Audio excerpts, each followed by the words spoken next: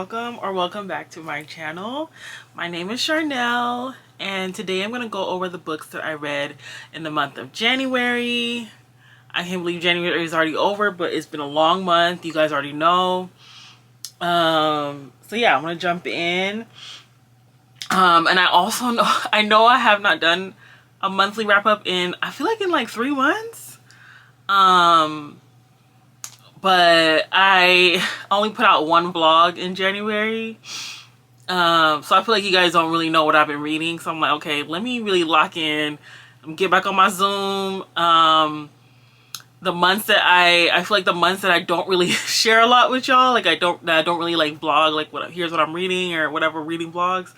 I'm gonna do for sure try to do my wrap ups so y'all can see what I'm reading. And I love Charnel. I love recommending these books to y'all. In January I read a lot of good books. Okay, as is our new norm, I read 21 books in January. I don't want to hear it. I don't want to hear it. I read 21 books in January. Yes, I'm a busy mother. I have work full time. I'm a wife and I'm a mother to a very active 5-year-old boy on the spectrum. And I was able to read 21 books. I don't want to hear it. Okay, so let's start. Y'all, I have so many freaking books in my lap. So I'm gonna start with the physical books because I mostly read physical books, and you know I always get the Libby, either the ebook. Y'all, I love my Kindle. I've been loving my Kindle, y'all. I've been reading fast on Kindle like I do on the audiobook. Oh my, that Color Soft is my girl. Anyways, a lot of these, I was able to fly through them, these beautiful stories, because, oh my gosh, they're falling, sorry. Because I either got the ebook off of Libby, because you know at nighttime, I read a lot at nighttime, or early mornings. If I can't get the audiobook, I just get the ebook if they have it on Libby. Because like again, like I said, I love my Kindle Color Soft is my BFF, and we be reading together, okay? So a lot of these I was able to do that. And for some reason, I don't know comment if it's the same thing for y'all. I've been reading fast as hell on my Kindle, and I don't know how. I don't know if it's an illusion thing, just a tapping, versus the page. It's like it just feels more at ease and a little taking your time type of thing. Anyways, okay, let's get into the book. Y'all don't care what my yapping. Okay, let's get into it with the first book I read of the year was Who I Always Was by Teresa Ocokon. I was gifted this. It's a finished paperback copy by the publisher Atria. So they always release with hardcovers. It released like this time last year. So they sent me to promote the paperback release. They sent me a finished paperback, and I immersive read this one. It's a memoir. The main character, or not main character, it's a memoir of Teresa Ocokon is a Nigerian American, and this is basically the whole premise and what this memoir is built on is when she was a child. Her and her family lived in like Michigan, I want to say, and her dad went home to Nigeria because his his mother passed away, so he was going home to bury his mom, and he never came back. And it's not a spoiler to know that something was done to him, or he mysteriously passed away while he was in Nigeria to bury his own mother. So it's like a big mystery around that. Like, she's questioned family members over the years and things like that. Like the Teresa Ocokon, she's a grown woman now. Like, I don't know, probably in her 40s or something. I don't know. So yeah, so it was a very interesting read. I feel like this could be a Nollywood show or a movie, probably a movie miniseries, probably. It was really, really good. And it kept you engaged, because it's like wow, like that is crazy. What happened to her dad? And it's like everyone has a different story, and she even says it in here. She's like, everyone has a different story, because it's like, again, she was a child. Her and her siblings were all like kids when this happened. So even now that they're grown, they don't know a lot. And a lot of cultural things play into that, like don't speak about stuff. You know what I mean? So yeah, this is a very interesting read. I highly recommend it. And it's a memoir by a Black woman.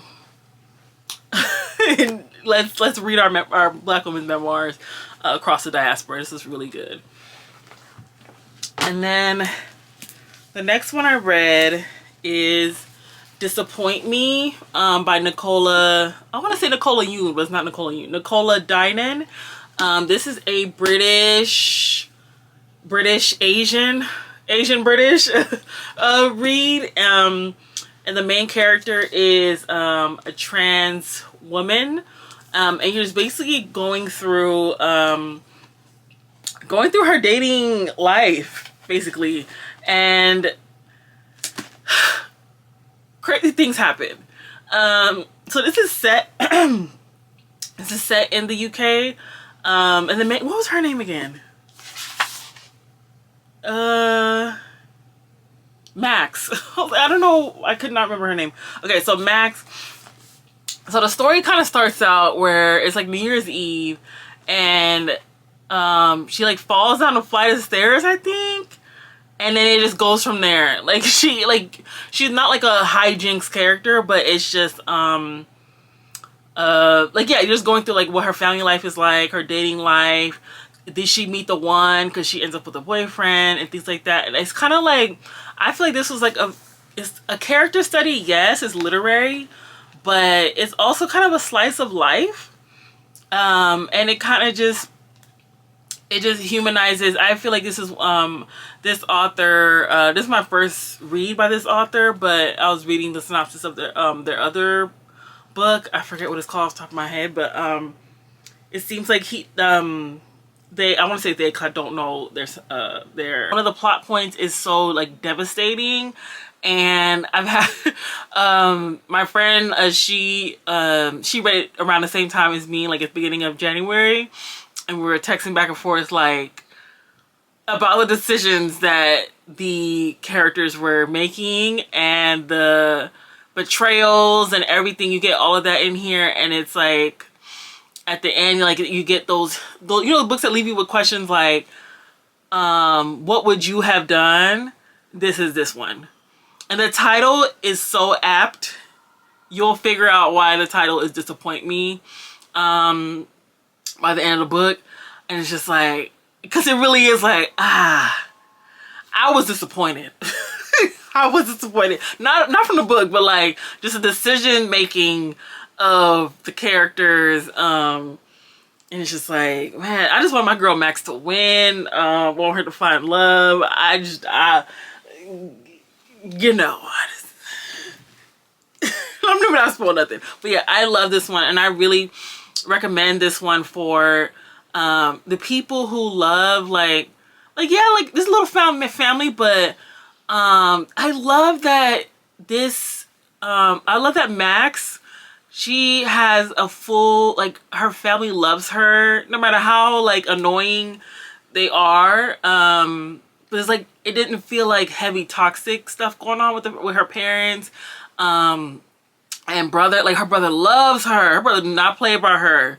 And I love that. I love to see that for a trans character. It is just live a slice of life of a trans person who's just living their life and being loved and supported. Her friendships, even though her friends get on her nerves, but she has a best friend.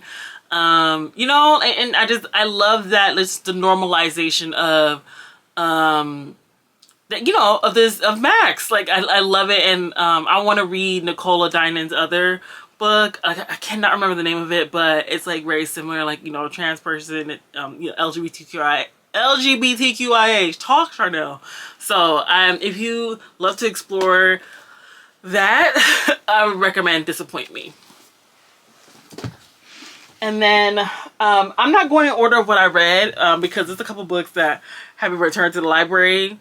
But I'll just show the picture of them at the end when I pull up my ebooks. Okay, so another one that I read is What You Leave Behind by Wanda M. Morris. I just read all her books. At this point, I ended December with with Any Way You Run.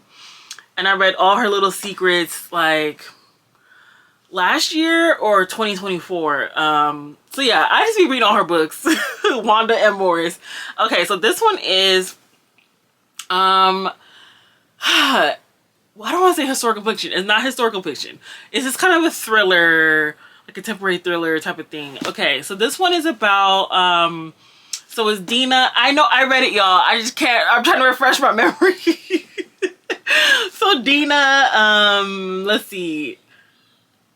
Oh, okay. I do not remember. Okay, so Dina, she is recently divorced. She moved back in with her dad, and then her dad, she has a stepmom, so she's living with her dad and her stepmom. And she stumbles upon a mystery, literally stumbles upon a mystery, where the whole premise is these black land and homeowners in this like small town outside of Atlanta, like her hometown,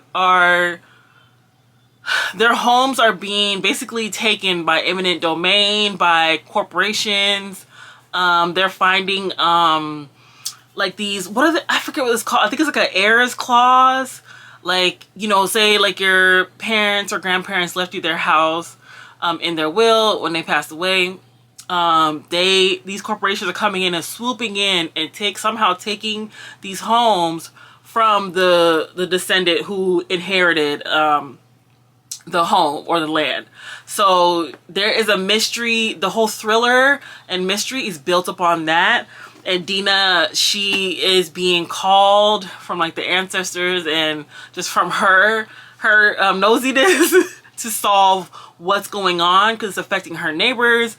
You know, it's affecting the elderly in her community, and she's trying to solve it. And I loved this one. I love a thriller that is, and it's usually black authors that do this.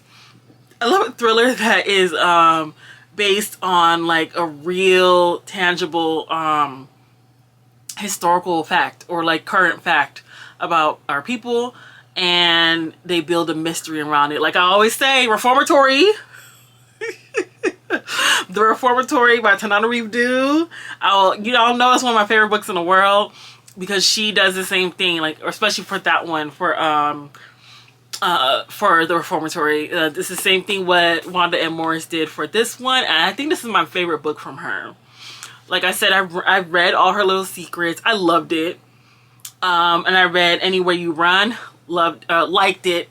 I ain't gonna lie. I didn't love it. I liked it. But What You Leave Behind is her best. I feel like this is her best one. In my opinion, of the three that I've read from her so far, I love this one and I highly recommend it. And yeah, I loved it. Loved it. I highly recommend this one. Okay, another one that I read, I think this is actually the last book I finished. No, I think, yeah, 2 books ago. So this is Bad Bad Girl. It's a library book by Gish Jen. This is a Chinese American author, Chinese American book. So it's a novel, but it's kind of a memoir. Y'all, this child keeps calling me because he knows I'm here doing something. Okay, so Bad Bad Girl, I guess James, is Chinese American. So again, it's a novel, but it reads as a memoir, and I feel like it is a memoir that she made a novel, because the characters. No, I'm not even gonna spoil it. But yes, it's a novel, but it reads as a memoir, and I think it's a memoir. I think it's a memoir for her mother, because this one is, the main character is her mother, Lu Shu Sin. And you basically are going through her life from Shanghai in the 1920s, through I want to say, like, what is it, the 40s? or through like her oh yeah, like through just basically through her life. Like, so she grew up in Shanghai, and then she immigrated to the US, to Chicago, and then New York. She got her master's, you know, and things like that. I'm not gonna tell the whole thing, but you're going through her mom's life, and then the main character or not the main character, the author comes in because it's the same name, Gish Jen. And then yeah, so I think I'm answering my own question. It is because throughout the book I was reading it, I was like, oh, this is the author's story, but her mom's story. And it was very unique. The prose is very unique. And throughout the book, like, you're getting her mom's voice, but as like it's like the main character. I don't know how to explain. The main character is Gish Jen, the author. Like, cause she's narrating it, and it's like she's writing her mom's story, and you hear her mom's voice, like her ghost or something, coming in and saying, "That's not what happened." Like, you know, like, and she always goes back to bad girl. You're a bad girl. And that's where that comes in. And like the title comes in, so it was a very unique story, a very funny story, because her mom is hilarious. She's like, she always come in like, "That's not what happened. You're a bad girl," like, you know. And yeah, and it's heartbreaking because you go through like the transition from, you know, China being like a free country to being.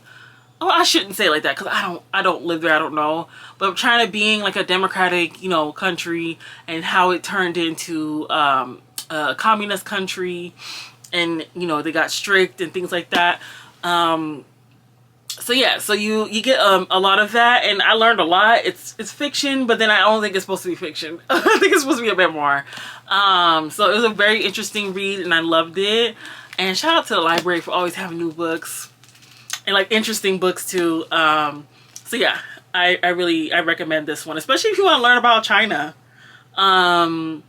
Which, y'all know I'm a nerd. I love learning about different countries. And I've been reading a lot of Asian authors lately, and this one did not disappoint. So if you want to read a novel that sounds like a memoir, read this one. And mother-daughter relationships, read this one. Okay. Next, I read The World Keeps Ending and the World Goes On by Franny Choi. She is, this is a poetry book, a book of poetry, and it's very, very timely. It's about, yeah, there's climate change and things like that, but it's just, and COVID, and police brutality. Just everything current that's been going on for the last 10 years is in this book of poetry, and it just kind of validated some of the feelings I've had. I've seen like reviews on like Goodreads that say it's nihilistic. I don't think it's nihilistic. I just think it's realistic, because it's stuff that's been going on for the past, I don't even know how long, for decades, but she put it in a current context because, like I said, it's COVID in here, it's police brutality in here, it's marginalization of Black, Asian, and so on and so forth communities. Everything you can think of it's in here. So yeah, and the title is very apt. The world keeps ending and the world goes on, because it's like, it's true. Like, we go through, like, y'all know what we're going through now. You know, progress gets made and then we go on. So yeah. Next is Sheer by Vanessa Lawrence. This is a literary fiction. I'll say, okay, this is basically lesbians behaving badly. So the main character, she is the founder of a like cosmetics line. What's it called? What is it called? Face? What's it called? Reveal. I thought it was called Face. It's supposed to be like a the clean girl aesthetic, and like, you know, gloss, and you know, just blush. You don't need foundation. It's very like, it's what's the word? It is, I can't think of the word, but it's very like, yeah. She, why can't I think of the word? But yeah, so this one is, but yeah, so something happens, between her, I'm not even gonna say it. Something happens with the main character, and the main, point of view we're getting is current day, where she has been suspended. Again, she's the owner. At this point, she's like the owner, like the founder and the CEO, managing director, you know, the type of thing. Just like a board and stuff. So right now, she has been confined to her apartment in New York City, and she's on probation or punishment.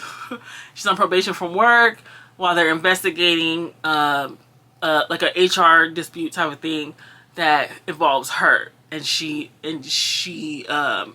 you're kind of wondering, is she in the wrong? What did she do? What happened to get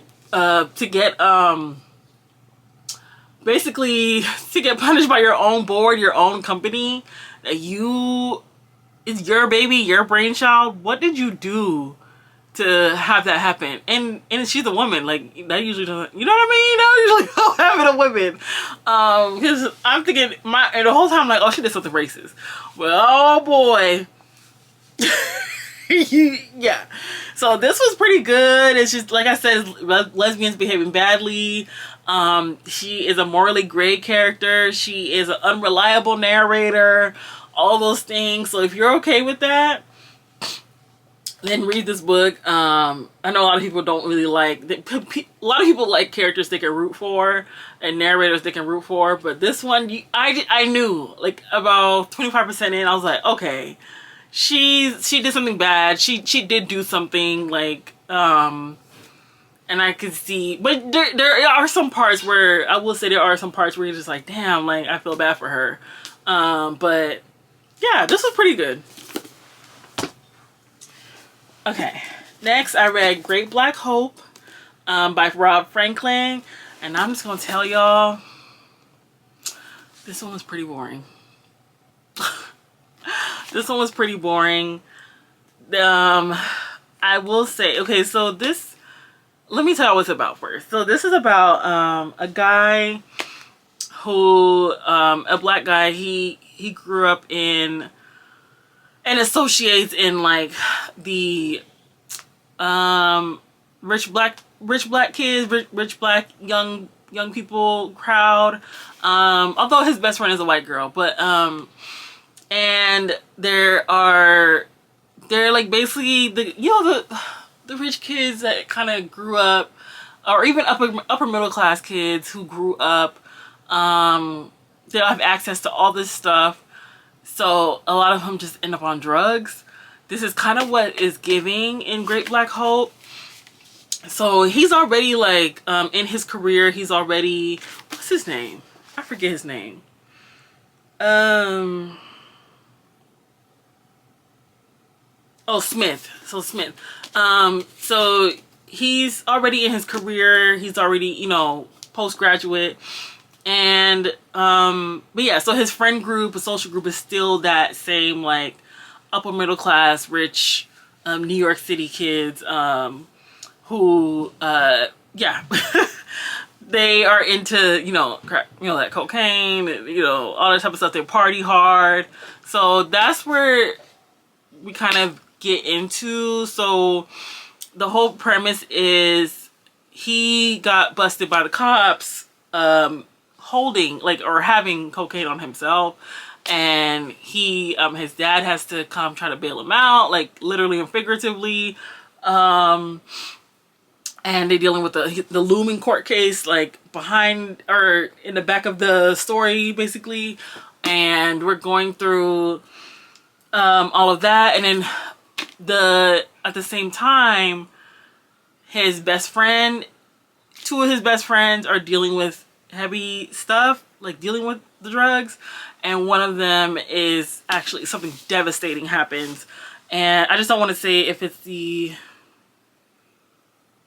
okay, yes, so one of them is like, she's the daughter of like R&B, I think like a music legend, Oh, she's the daughter of a famous soul singer.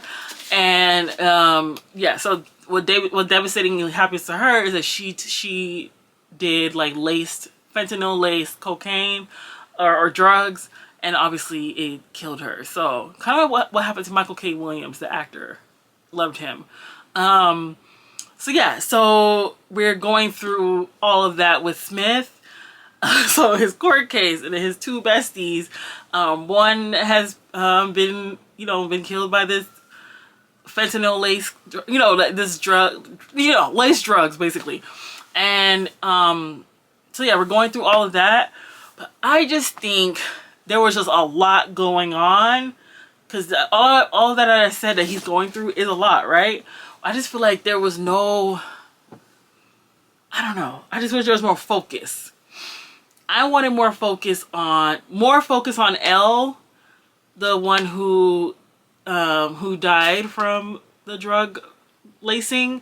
I wanted to focus more on her, like the mystery about, okay, what happened, because that's another thing too, is like throughout the story, like, okay, it's like what happened, but I wanted more focus on her, and I wanted more focus on Smith. Basically, I want more focus on the black characters. If I'm gonna be honest with y'all.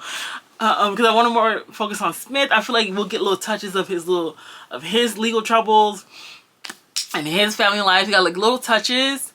Like half the time I forgot he had a sibling himself. Yeah, and more focus on Elle and like what happened to her. Because that was a legal battle too, because they're trying to find out who's responsible for this. Again, her parents are rich and famous, So it was okay. If I gave it a star rating, I gave it 3 stars. It was okay. So yeah. Okay. All right, so more books, y'all. So I read Strange Folk by Ali Dyer. This is a gifted book from Atria, but last year I was like, oh, let me read this. So this one is about basically a family of witches. Like they practice witchcraft in Appalachia, Virginia? The Appalachian Mountains, Appalachian area of the U.S. Is that Virginia? I think it's Virginia, right? But yeah, so the main character, she took her kids from California. She leaving her husband, her kid's dad, and where she's going through all of that, and so she's like, F it, like she takes them back home to Appalachia, where her family, like the women in her family practice witchcraft and yeah, and all of that. So yeah, and I love the name Strange Folk. And it kind of comes through in the story of why they're called Strange Folk, because her family gets whispered about and gets, witch accusations thrown at them, but I was like, yeah, they technically do practice witchcraft. Like they use the power of the land basically in Appalachia to do things they want, or to, heal and stuff like that. So it was pretty cool. It was okay. It was okay. I did give it 3 stars. It was okay. I feel like I like witchy stuff, but I like the shows. It was a little bit boring reading it in the book. So I read The Fraud by Zadie Smith. This was a historical fiction about and also this is Zadie Smith's first historical fiction. So it says the truth in fiction, Jamaica and Britain, who gets to tell their story. So the characters are, there's a main character from, which one was he? What's his name? Andrew Bogle. So he's a former slave from Jamaica. And then the other main character is Australian, like he's like the slave owner, or return from, Tichborne and Claymont. Sorry, y'all, I'm trying to remember what it was about. Tichborne and Claymont. Okay, so yeah, okay, now I remember. So he's a British like slave owner from, so he owned Andrew Bogle in Jamaica. And there's like something happens, and they basically the parts of the book is like they're on trial, and you're trying to figure out what happened. And then Andrew Bogle, he is the black man, the Jamaican, and he's a former slave, and he's like a star witness and stuff like that. So the book was, this was like, how do I explain it? This was like such a, it was like, I could tell this is a huge undertaking there. And I also believe this is based on a true story. Cause as I was reading, like, it just sounded real. So I Googled it and said, yeah, the fraud is based on like true events. So that's very interesting. I love me a historical fiction based on real things, like real things that happened in the past. So yeah, this was like a huge undertaking. So some parts of it, if I sounded a little confused trying to remember what it was about, because some parts of it were confusing. I'm not even gonna lie. And I know this is Zadie Smith's first historical fiction, cause she, like, for the books that I have from her, like literary, like very character driven stories. And yeah, so I could tell, but this is a huge undertaking, and it was just a lot going on. We're jumping time periods and things like that. So some things, I'm not even gonna lie, because I listened to on audio and I was reading the physical. So some things flew over my head. I was like, where are we now? Where are we? Like, so it was just a lot going on. It was like a little bit hard to follow. But I still love my Zadie Smith, y'all. And one of my reading goals, I don't really have reading goals like that, but one of them is to get back into her catalog this year, and this is my first one. I think I'm gonna do NW next, or White Teeth. Cause she has like 2 new ones from the last 2 years. I'm like, I'm not getting them until I get through what I have from her. So yeah, I think I have White Teeth and NW from her that I have not touched yet. Yeah, that I need to read before I get to her most recent works. I know she just did like a book of essays and stuff like that. But yeah, so this was, it was good. It was good. I probably need to reread some parts, but it was just a lot going on, like I said. And you still get that Zadie Smith writing style, which I love. Like that gut punch type of writing. So you still do get that if you're a Zadie Smith lover like me. It's just, again, for, you know, historical fiction, a lot is going on. There's timelines, receipts. Sorry, I'm a Real Housewives. There's a lot of timelines and people going on, okay? You gotta keep track. So this one was just a little bit confusing, but I still love you, Zadie. Okay, next, this is another gifted book. So this is from Feminist Press. So Training School for Negro Girls by Camille Acker. And this is a short story collection, basically about black girls in the DC area, like the DMV area. So you get stories about like grown women, moms, and mostly they're like young girls. The short stories that you get in here, and I love this. I loved it, loved it, loved it. If you're a black girl, a black woman, you're gonna love this. I loved it. I don't know I don't know what else to say. It's just if you like short story collections, this one is for you. And look at this cover. And it's just like, anything about black girls and black women, like especially young black girls, because we were all young black girls, and we, you know, like they need to be protected. They need to be taught about the world and life. This is one of those books. I loved it. It's one of my favorite ones. Is about the little black girl. She gets to play in a piano recital, and it's around like she's from a working class family, and she's around like other black girls, but like mostly white girls that are upper middle class, rich, whatever the case is, and she's this poor, whatever you want to say, working class black girl, and she outshines them. Sorry if this is spoiled. She outshines them all. She wins. She plays the best in the piano recital, and it's just like, yes, girl. So this is just, to me, this is just a love of, not feel good, because there's some hard things that happen, but this is just about black girlhood. I loved it. Loved it. And it's about specifically like black girls and black women in the DMV, like DC area. So this was pretty cool to get that little DC culture in book form.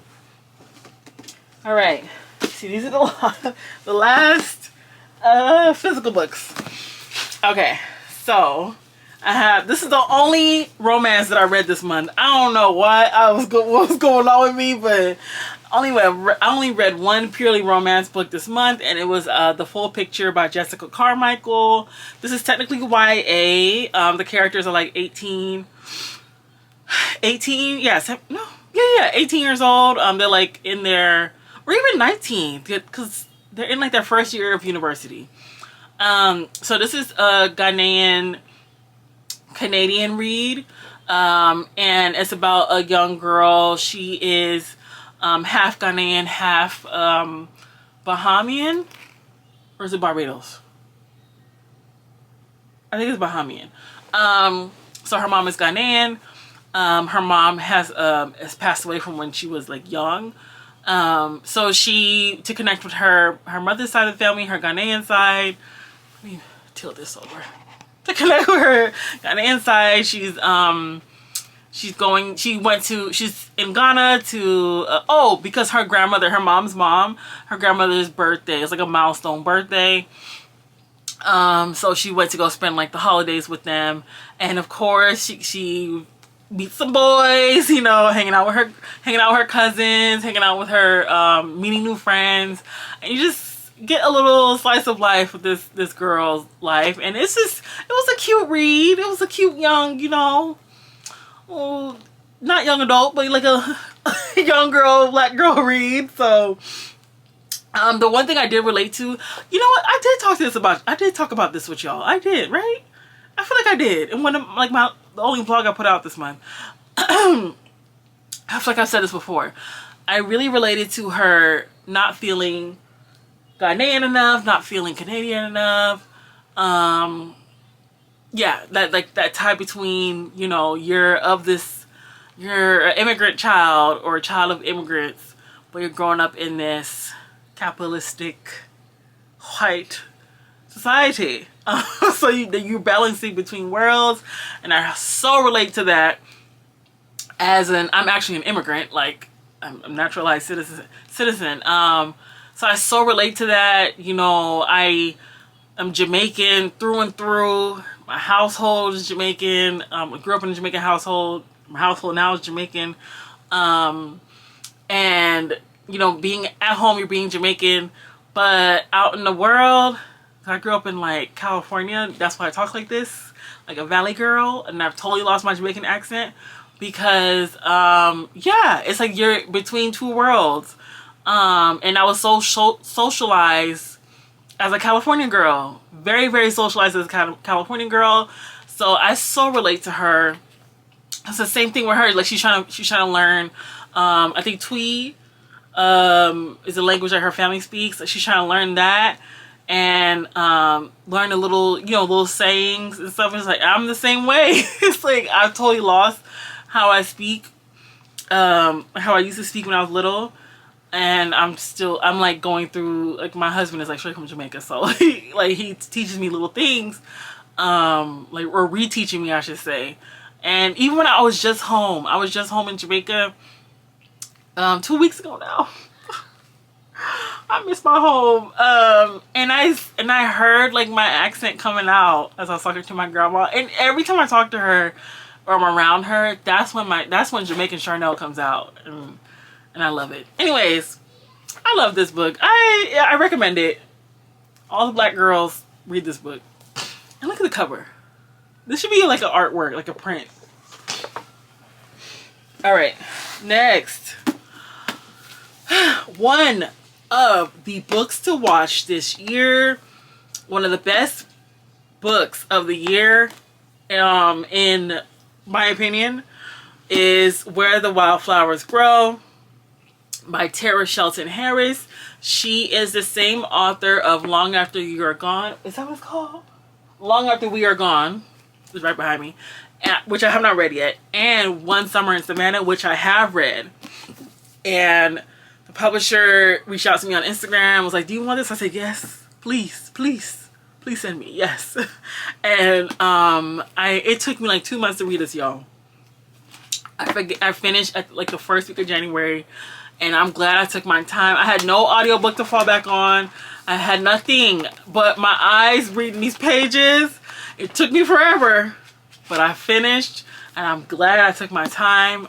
And I love this book. I highly recommend it.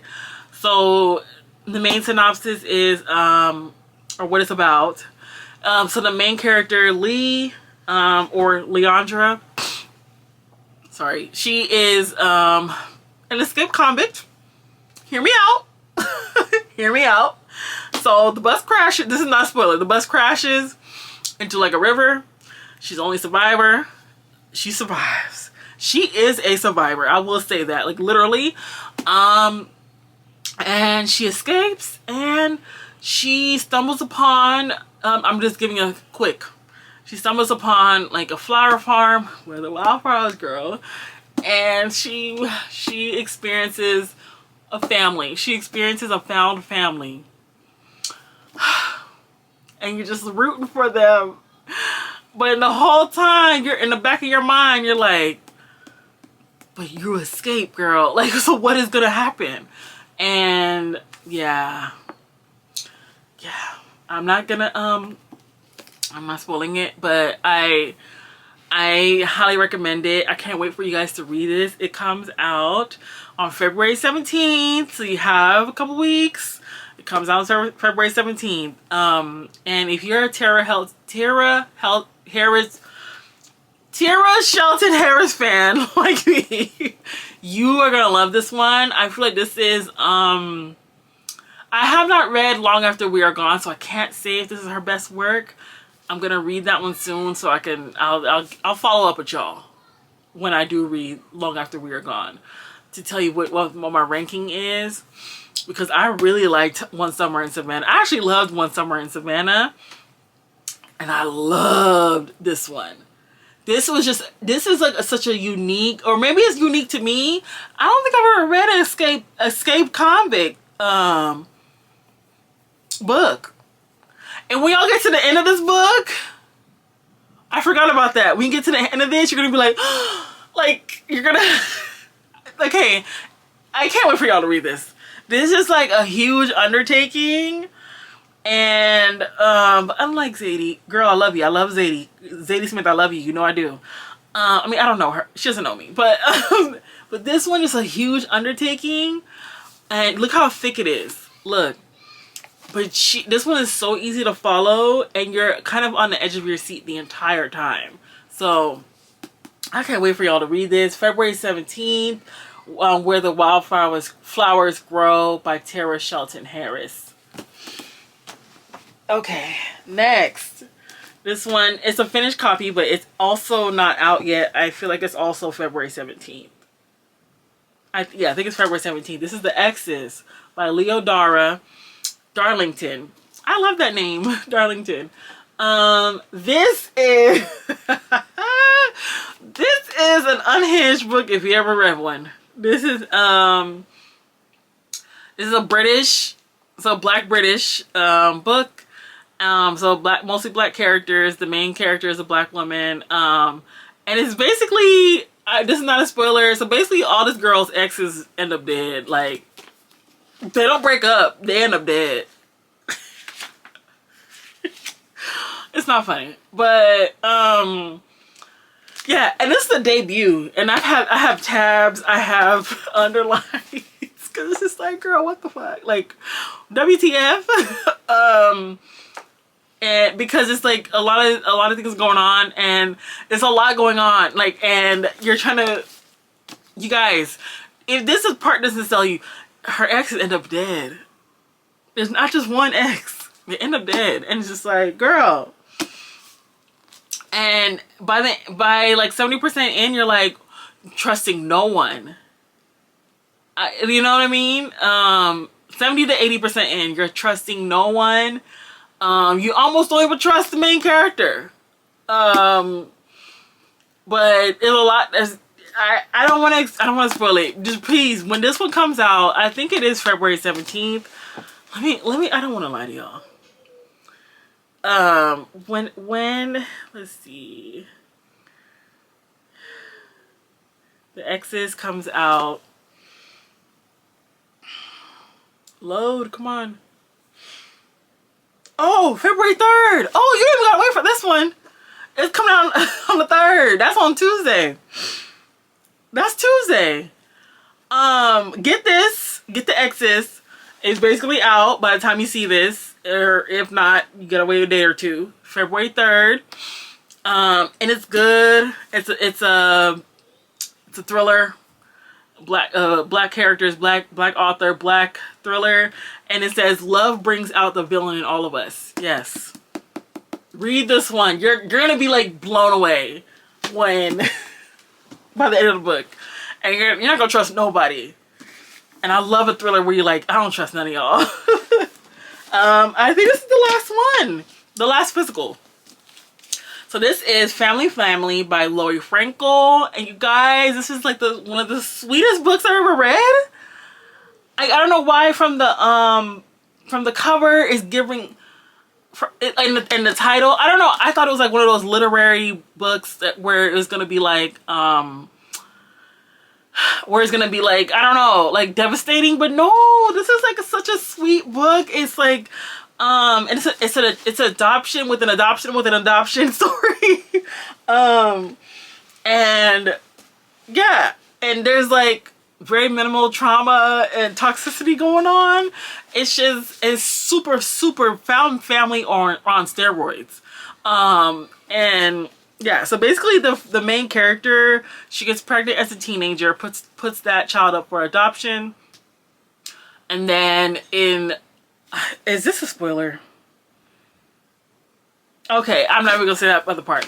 But yeah, so then it's like time jumps. So you get present day. She's a famous TV star, movie star. Like because even like in the flashbacks from when she was young, you knew that she wanted to be like an actor, like a pure actor. She didn't even want fame. She just wanted to act. And that's why she put that baby up for adoption when she becomes pregnant as a teen.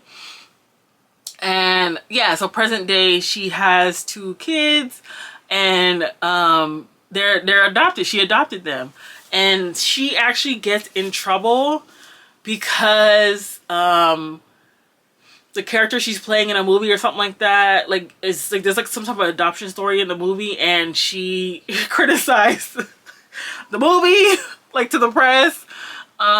So she's like getting canceled basically in the media, and you're going through that, and it sounds like a lot, but it's not. And you like there's just like revelations, like you find out stuff throughout, like about the main character. I should say her name, right? India Allwood. And yeah, so but it's like kind of heartwarming and funny and kind of relatable. A little bit of relatability going on. And so this was really, really good. And if you love found family, y'all know that's my favorite little trope. You would love this one because, like I said, it's found family on steroids.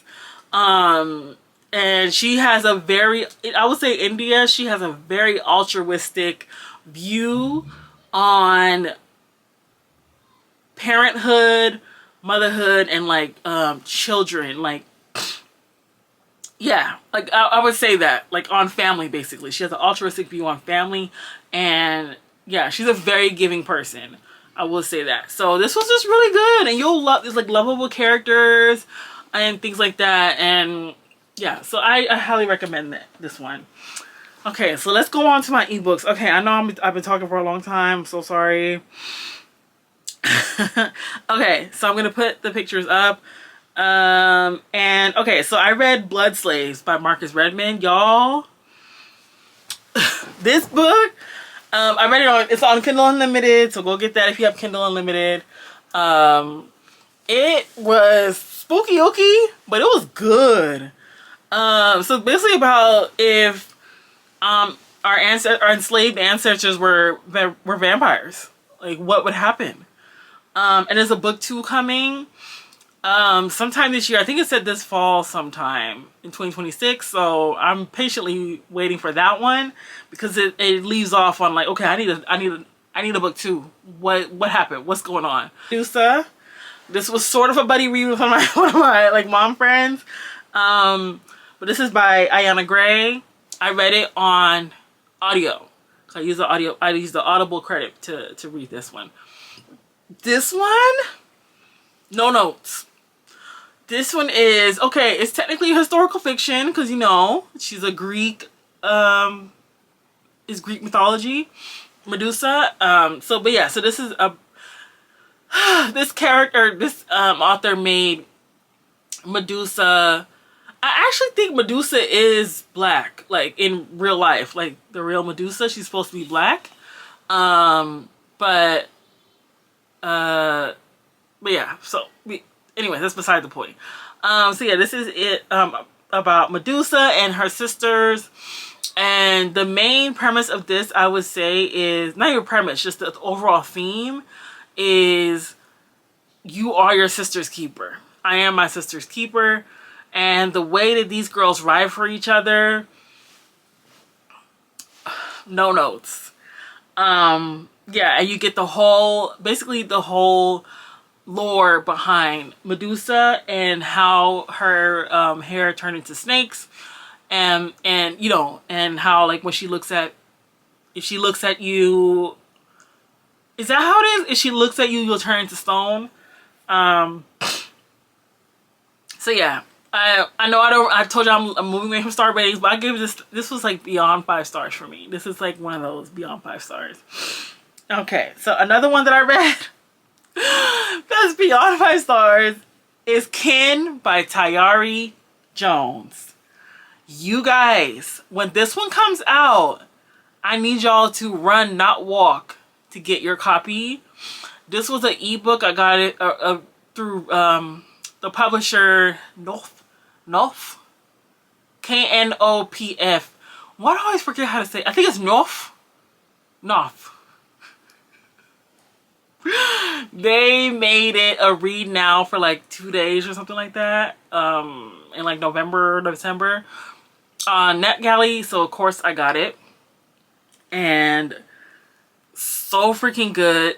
This is like one of the best historical fiction books I've ever read. I feel like I say this all the time about every book I read, but this is one of the best historical fiction books I've ever read, and I cannot wait to buy my own copy because this is one of those books I need to own it, because I want to annotate the physical copy. I did annotate my ebook version, but again, it was a unfinished copy, or not unfinished, it was a uncorrected proof. I will say. So like I want the finished copy. I want to go through and annotate. I'm just gonna duplicate the annotations I did on the ebook. It's just really, really good. Again, it's one of those beyond 5 stars. Like I feel like it's gonna be a classic. I know I'm singing his praises. I don't know. Did I say what it's about? Okay, it's about, so these two girls, this is set in like the 50s, 60s. So there's these two girls. They're both born, they're both basically motherless daughters, motherless girls. So one is Annie. She has been raised by her grandmother because her mom had her like very young, and so basically just she left her in it's like a small town in what, Louisiana or something, or Mississippi. She left her she left Annie with her mother, her grandmother, and went off to like Memphis. And then the other one is Niecy, Vernice. Oh my god, hers is tragic. Oh my gosh, hers is tragic. So this is not a spoiler, this is part of the synopsis. Vernice, or Niecy. So basically her mom died through femicide. Basically that is, her partner killed her and then killed himself. I know, that's dark, I'm sorry, but that's not a spoiler, and I know, I'm sorry, it's dark. But so Niecy never even knew anything. You know what I mean? Like it didn't really affect her as deeply as what Annie's origin story is, because she just did not know either parent, because she was like a couple days old, I think, or a couple weeks old when this happened to her mom and her dad. So she was raised by her mom's sister, so they were raised like down the street from each other. So Niecy was raised by her aunt, Annie was raised by her grandmother. So Annie, so they're raised like they call each other like crib mates or whatever, like, so they were raised lockstep with each other, same exact age, and they just grew up as girls together from baby to all the way through adulthood. And their paths, they take different paths in life, like after they like as teenagers onward. And you kind of bring, like, there's like a theme. To me, there was a theme, and I wrote this in my reading journal. There's a theme of, does your origins determine your future? Like, did the decisions and choices that Annie made, the one raised by her grandmother, affect how, like, were they influenced by her origin? So her grandmother was her guardian, but she was kind of, you know, she's one of those grandmothers, like, I've raised my kids, like, I'm tired. Like, she's one of those grandmothers. She wasn't very loving and all that. But then Niecy, her aunt, was kind of the same way. Her aunt was one of those childless by choice women. It was very unexpected for her to have to raise a child, like, but and she was kind of resentful. So she wasn't very, like, lovey-dovey with Niecy.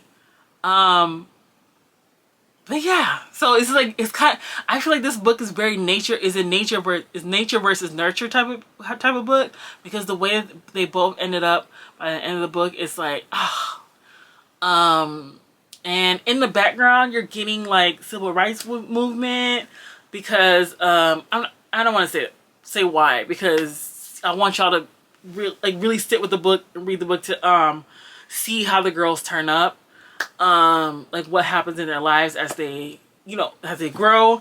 So yeah, it's one of those books where you really get to see nature versus nurture, because it's like they, you know, they have the same circumstances. They were both raised by women who were not their mothers, and they call themselves like the motherless daughters. And it's just like, wow. It's one of those books by the, I was like, I don't remember if I shed tears, but I was like, just like, oh, I remember saying all the time, I'm just like, oh, a lot of my annotations was like, oh my God, like, you know, like sad face. It's just a really well done historical fit. It was just really, really well done. The only other book I read by Tayari Jones is The American Marriage, and that one was okay to me. This one is just like, it's like, I named it in my reading journal. I wrote, this is my favorite read of the year. So I know it's only January 31st, but, and Kin was my favorite read in January, for sure. So when that one comes out, I need y'all to read it. Kin by Tayari Jones. What is the other? Okay, so I also read Bitter Honey by Lola Akinmaid Bergstrom.